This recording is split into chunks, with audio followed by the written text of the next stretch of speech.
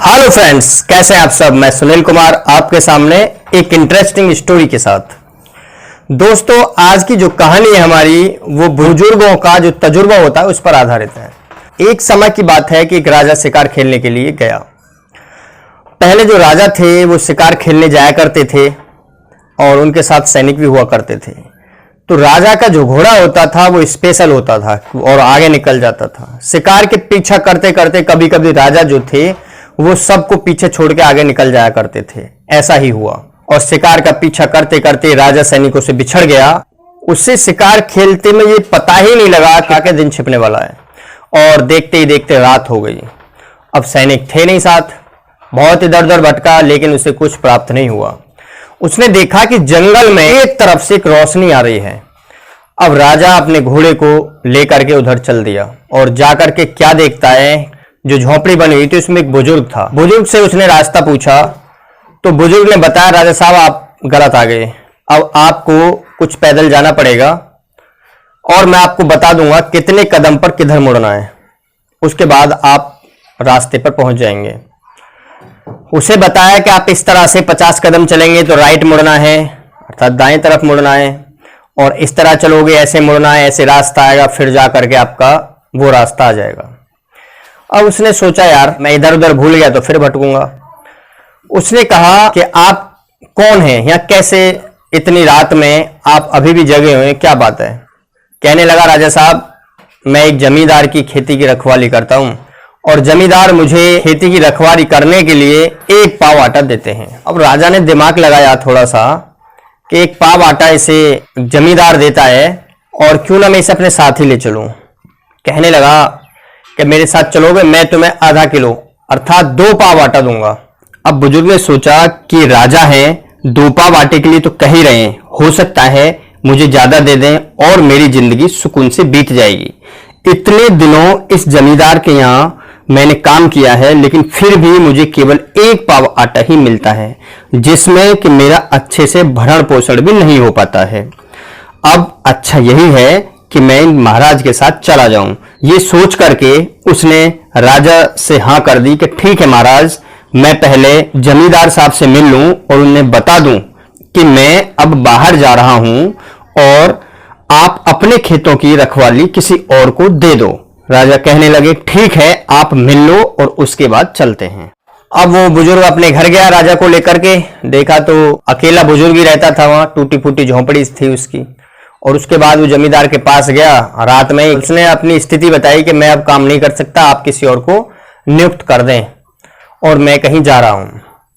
जमींदार बोला, ठीक है भाई, और वो राजा के साथ चल दिया। राजा ने कुछ ये भी सोचा था कि बुजुर्ग बड़े काम आते हैं, उनका जो तजुर्बा होता है बहुत काम का होता है, कमाल का होता है, और हमारे घर में कोई बुजुर्ग भी नहीं है, तो उसे सोच करके प्लस रास्ता ये बुजुर्ग बता देगा, ये सोच करके राजा उसे ले गया। अब राजा ने बुजुर्ग को एक घर दे दिया और घर में उस बुजुर्ग के लिए आटा भिजवा दिया।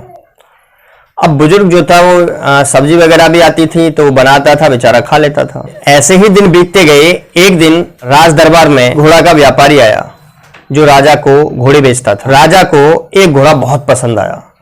उसने सोचा कि क्यों ना हम उस बुजुर्ग की भी राय ले लें। अब उस बुजुर्ग को बुलवाया और बुजुर्ग से कहा कि देखो हमने ये घोड़ा पसंद किया है, आप जरा देख करके बताओ ये ठीक है या गलत है। अब बुजुर्ग ने उस घोड़े के शरीर पर हाथ फेरा। उसके बाद कहने लगा कि राजा साहब घोड़ा बहुत सुंदर है, शानदार है, अच्छा है, अच्छी नस्ल का है, लेकिन जैसे ये गहरे पानी में जाएगा ये बैठ जाएगा। अब ये कुछ अजीब लगी राजा को बात। उसने उसकी सलाह नहीं मानी और वो घोड़ा खरीद लिया। अब एक दिन ऐसा भी आया कि उस घोड़े को लेकर के राजा शिकार खेलने के लिए गया। तो वो शिकार खेलते खेलते तो क्या देखता है कि रास्ते में एक नदी आई और उसे नदी को पार करना था और घोड़ा उसमें घुसता चला गया। जैसे ही गहरा पानी आया तो घोड़ा बैठ गया। अब घोड़ा बैठ गया तो राजा ने ऐसे तैसे तैर करके अपनी जान बचाई और घोड़े को सैनिकों ने भी उधर से बहुत शोर मचाया। बड़ी मुश्किल से घोड़ा बाहर निकल के आया। अब उस बुजुर्ग की बात याद आई और वो बुजुर्ग के पास राजा गया। कहने लगा कि तुमने ये कैसे पता लगा लिया था कि घोड़ा गहरे पानी में बैठ जाएगा। हम बुजुर्ग कहने लगे कि राजा साहब जब मैंने उसके शरीर पर हाथ फेरा था तो उसके जिगर में जितनी घोड़ों के अंदर गर्मी होती है उससे बहुत ज्यादा गर्मी थी, जिससे मुझे अंदाजा लग गया कि अपनी गर्मी को शांत करने के लिए जब ये गहरे पानी में जाएगा तो बैठ जाएगा। राजा ने बुजुर्ग की बात को आजमाने के लिए जो घोड़े का व्यापारी था, जिसे राजा अच्छी तरह से जानता था क्योंकि अक्सर वो घोड़े लेकर आया करता था, उसको खबर भिजवाई और उसे बुलवा लिया। जैसे ही वो घोड़े का व्यापारी आया तो राजा ने उससे पूछा कि सच सच बताओ कि ये घोड़ा है, ये गहरे पानी में बैठ जाता है, वजह क्या है, इसके जिगर में इतनी गर्मी क्यों है कि ये गहरे पानी में बैठ जाता है। जब व्यापारी ने सच सुना तो वो डर गया। उसे लगा यदि मैं झूठ बोलूंगा तो राजा मुझे मरवा ना दें, क्योंकि आखिर राजा राजा होते हैं। तो उसने बताया कि राजा साहब, जब ये छोटा था तो इसकी जो माँ थी वो बचपन में ही मर गई, इसके पैदा होने के कुछ दिन बाद वो मर गई थी। तो इस घोड़े को हमने भैंस का दूध पिला पिला के पाला है और बड़ा किया है, शायद इसलिए इसके जिगर में ज्यादा गर्मी हो सकती है, लेकिन हमें ऐसा अंदाजा नहीं था कि ये गहरे पानी में बैठ जाएगा। आपने सच पूछा तो हमने बता दिया, इससे ज्यादा हम कुछ नहीं जानते। जब राजा ने ये बात सुनी तो राजा को बड़ा आश्चर्य हुआ कि बुजुर्ग इतने तजुर्बेकार है, केवल देखने मात्र से, हाथ फेरने मात्र से इसने इतना बता दिया कि घोड़ा गहरे पानी में बैठ जाएगा। इसका मतलब इस बुजुर्ग को बहुत तजुर्बे हैं। और राजा बुजुर्ग के तजुर्बे से बड़ा खुश हुआ और राजा ने बुजुर्ग के लिए 1 पाव आटा और बढ़ा दिया, अर्थात अब बुजुर्ग को 3 पाव आटा मिलने लगा। और सब्जी अलग से मिलती थी, अर्थात सब्जी बनाने के लिए अलग से मिलती थी और आटा अलग से मिलता था। बेचारा ऐसे तैसे करके वो अपने खुद ही बनाता था और खुद ही खाता था। लेकिन आटे से अलग सब्जी के साथ और भी मिर्च मसाले जो होते थे वो एक साथ ही दे दिए जाते थे। ऐसा ही जमींदार के यहां भी होता था। अब बुजुर्ग को लगा कि भाई राजा हैं तो ये कुछ और दे देंगे, लेकिन उसके तजुर्बे के बदले सिर्फ 1 पाव आटा बढ़ा तो बुजुर्ग को कुछ अजीब सा लगा। लेकिन फिर भी उसने ये सोच करके कि जमींदार के यहां तो केवल 1 पाव आटा मिलता था, यहां कम से कम 3 पाव आटा तो मिल रहा है, तो बुजुर्ग को फिर भी कोई दिक्कत नहीं हुई। और बुजुर्ग ने यह भी सोचा कि यहां मुझे रात में जगना भी नहीं पड़ता है, कुछ भी नहीं करना पड़ता है, फिर भी 3 पाव आटा राजा दे रहा है तो इसमें हर्ज ही क्या है। दिन बीतते गए और एक दिन राजा के मन में फिर एक सवाल आया। राजा ने सोचा कि क्यों ना अपनी पत्नी के बारे में, अर्थात रानी के बारे में बुजुर्ग से पूछा जाए। बुजुर्ग को राजा ने बुलाया, कहने लगा कि आप ये देख करके बताओ कि हमारी रानी कैसी है। अब सवाल अटपटा था। पहले राजा मूर्ख टाइप होते थे, कुछ भी पूछ लेते थे, ना तो ये पता कि मैं क्या पूछ रहा हूं, ना ये पता क्यों पूछ रहा हूं। अब बुजुर्ग बोला, जी मैं बता तो दूंगा, मैं जो बताऊंगा आप कर पाओगे क्या? कि हाँ आप बताइए। क्या आप रानी को न्यूड करके या अंतरंग वस्त्रों में एक कमरे में बैठा दीजिए और मैं फिर देख के बताऊंगा। राजा ने ऐसा ही किया। जो रानी थी उसे इसी हालत में जैसे उसने बताया था बिठा दिया।